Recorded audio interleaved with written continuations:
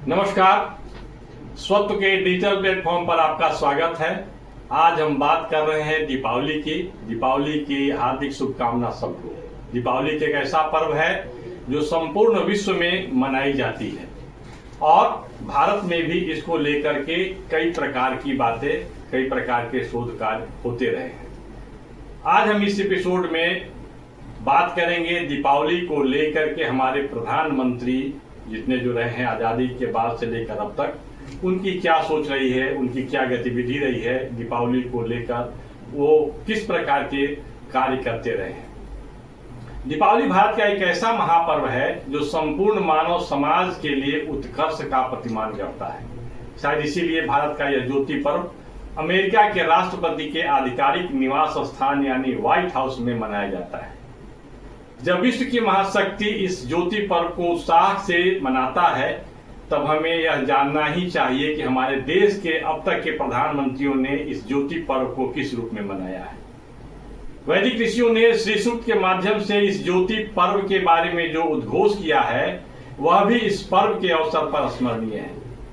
उपैतु मा देवशकः कीर्तिश्च मणिना सह प्रादुर्भूतोऽस्मि राष्ट्रेऽस्मिन् कीर्तिं वृद्धि ददातु मे। इस ऋचा का यह संदेश है कि हमारे राष्ट्र की समृद्धि व उत्कर्ष में ही हमारा उत्कर्ष और समृद्धि है।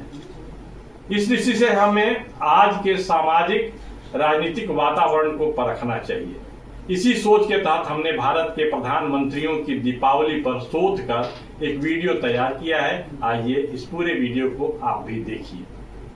विभाजन की विवेचना के साथ 1947 में हम आजाद हुए। आजाद भारत के प्रथम प्रधानमंत्री पंडित जवाहरलाल नेहरू का संबंध कुंभ नगरी प्रयागराज से था। उस आध्यात्मिक नगर के प्रभाव के कारण जवाहरलाल नेहरू का सहज व सामान्य लगाव दीपोत्सव से था, लेकिन चीन ने जब भारत के पीठ में छुरा भोंका तब वे अंदर से टूट गए और अपने बचे जीवन में उन्होंने कभी दीपावली नहीं मनाई। भारत और चीन के बीच 20 अक्टूबर 1962 को युद्ध शुरू हुआ था और 20 नवंबर 1962 को खत्म हुआ था। इसी बीच 28 अक्टूबर को दीपावली थी। इस युद्ध के कारण भारत का ज्योति पर्व 1962 में मना ही नहीं। इस युद्ध में भारत के करीब 13,000 से अधिक सैनिक शहादत हुए थे। दीपावली के दिन उनकी सामूहिक चिताएं जलाई जा रही थी। पंडित नेहरू के बाद विश्वनाथ और मां अन्नपूर्णा की नगरी काशी के निवासी लाल बहादुर शास्त्री भारत के प्रधानमंत्री बने। उनकी दीपावली पर काशी विश्वनाथ और मां अन्नपूर्णा के सानिध्य में चली परंपरा और संकल्प का स्पष्ट प्रभाव था। प्रधानमंत्री के रूप में अपने 18 महीने के अल्पकाल में ही उन्होंने दीपावली के शुभ अवसर पर भारत को अन्न व दूध के मामले में आत्मनिर्भर बनाने का संकल्प लिया था। उनका यह संकल्प श्वेत क्रांति और हरित क्रांति के रूप में जानी जाती है। शास्त्री जी के बाद इंदिरा गांधी भारत की प्रधानमंत्री बनी। अपने पिता के समान वह भी लंबे समय तक भारत की प्रधानमंत्री बनी रही। चर्चित लेखिका सागरिका घोष ने इंदिरा गांधी के जीवन पर एक पुस्तक लिखी है। इंदिरा भारत की सबसे शक्तिशाली प्रधानमंत्री, इस नाम से जो पुस्तक प्रकाशित है उसमें वह लिखती है कि स्वतंत्रता संग्राम के दिनों में जब इंदिरा गांधी अबोध बच्ची थी, तब कुछ लोग उनके प्रिय गुड़िया को विदेशी सामान बताते हुए उन पर व्यंग किया था। फ्रांस में निर्मित उस गुड़िया को बाल इंदिरा के समक्ष ही जला दिया गया था। इंदिरा के लिए वह गुड़िया उनकी दोस्त और बच्ची जैसी थी, वो उससे खेलती थी। इंदिरा गांधी के बाल मन पर ऐसा असर हुआ कि वह ज्योति या अग्नि से दूर हो गई, ऐसा दूर हो गई कि दीपावली उनके लिए एकांत पर्व बन गया। इंदिरा गांधी की दुखद हत्या के बाद उनके पुत्र राजीव गांधी भारत के प्रधानमंत्री बने। उनकी स्मृति में अपने पिता के साथ मनाई गई खुशनुमा दीपावली की यादें थीं। दीपावली के करीब 2 सप्ताह पूर्व उनके पिता का निधन हो गया, जब राजीव गांधी तरुण थे, मात्र 14-15 वर्ष के थे। इसके बाद जीवन भर उनकी दीपावली फीकी ही रही। इन प्रधानमंत्रियों के बाद अब हम बात करते हैं कवि प्रधानमंत्री अटल बिहारी वाजपेयी की दीपावली की। अटल जी के जेहन में दीपावली और ज्योति पर्व को लेकर जो संकल्पना थी, उसे उन्होंने अपनी कविता में पिरोया।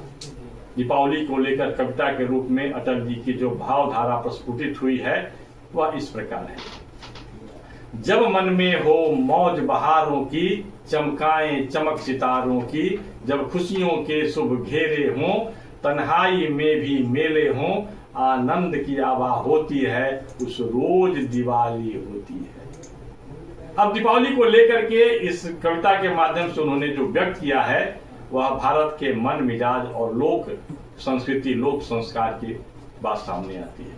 दूसरे स्टेंजा में वो कहते हैं, जब प्रेम के दीपक जलते हों, सपने जब सच में बदलते हों, मन में हो मधुरता भावों की, जब लहके फसलें चावों की, उत्साह की आभा होती है, उस रोज दिवाली होती है।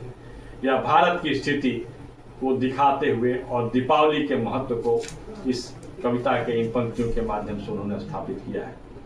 फिर आगे लिखते हैं, जब प्रेम से मीत बुलाते हों, दुश्मन भी गले लगाते हों, जब कहीं किसी से बैर न हो, सब अपने हो कोई गैर न हो, अपनत्व की आभा होती है, उस रोज दिवाली होती है।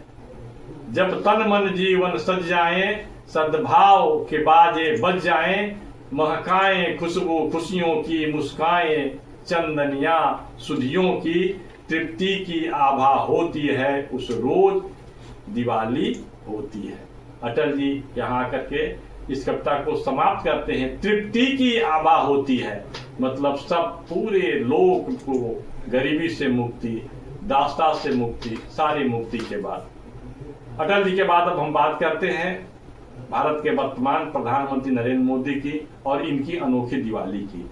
इनकी दिवाली श्री सूक्त की दिवाली है, जिसमें ऋषि ने प्रादुर्भूतोस्मिन् राष्ट्रेस्मिन् कीर्ति वृद्धि ददातु में उद्घोष किया है। प्रधानमंत्री पद के शपथ लेने के बाद उन्होंने अपनी प्रत्येक दिवाली किसी अत्यंत दुर्गम स्थान पर सैनिकों के साथ मनाई है। 2014 में प्रधानमंत्री के रूप में उनकी पहली दिवाली सियाचिन ग्लेशियर की चोटी पर सैनिकों के साथ मनी थी। वहां जाना बहुत कठिन काम होता है। यहाँ से सैनिकों के साथ दिवाली मनाने का उनका जो सिलसिला शुरू हुआ वह अब तक निर्बाध जारी है। प्रधानमंत्री नरेंद्र मोदी ने 2016 में हिमाचल प्रदेश, 2017 में कश्मीर के गुरेज सेक्टर में, 2018 में उत्तराखंड के हरसिल में, 2019 में कश्मीर के राजौरी में दीपावली मनाई। भारतीय सैनिकों के संघर्ष गाथा के प्रतीक कारगिल, नौशेरा, लेप्चा जैसे स्थानों पर वे सैनिकों के साथ दिवाली मना चुके हैं। इस वीडियो में बस इतना ही। हमारे यहाँ दीपावली एक उत्सव है, लेकिन उत्सव के साथ साथ दीपावली एक संदेश भी देता है, एक मानदंड भी निश्चित करता है, जिसके माध्यम से भारत का सामर्थ्य जागृत होता है और भारत की जो सौम्य शक्ति है, सौम्य संपदा है, उससे विश्व अवगत होता है। धन्यवाद। फिर मिलेंगे। नमस्कार।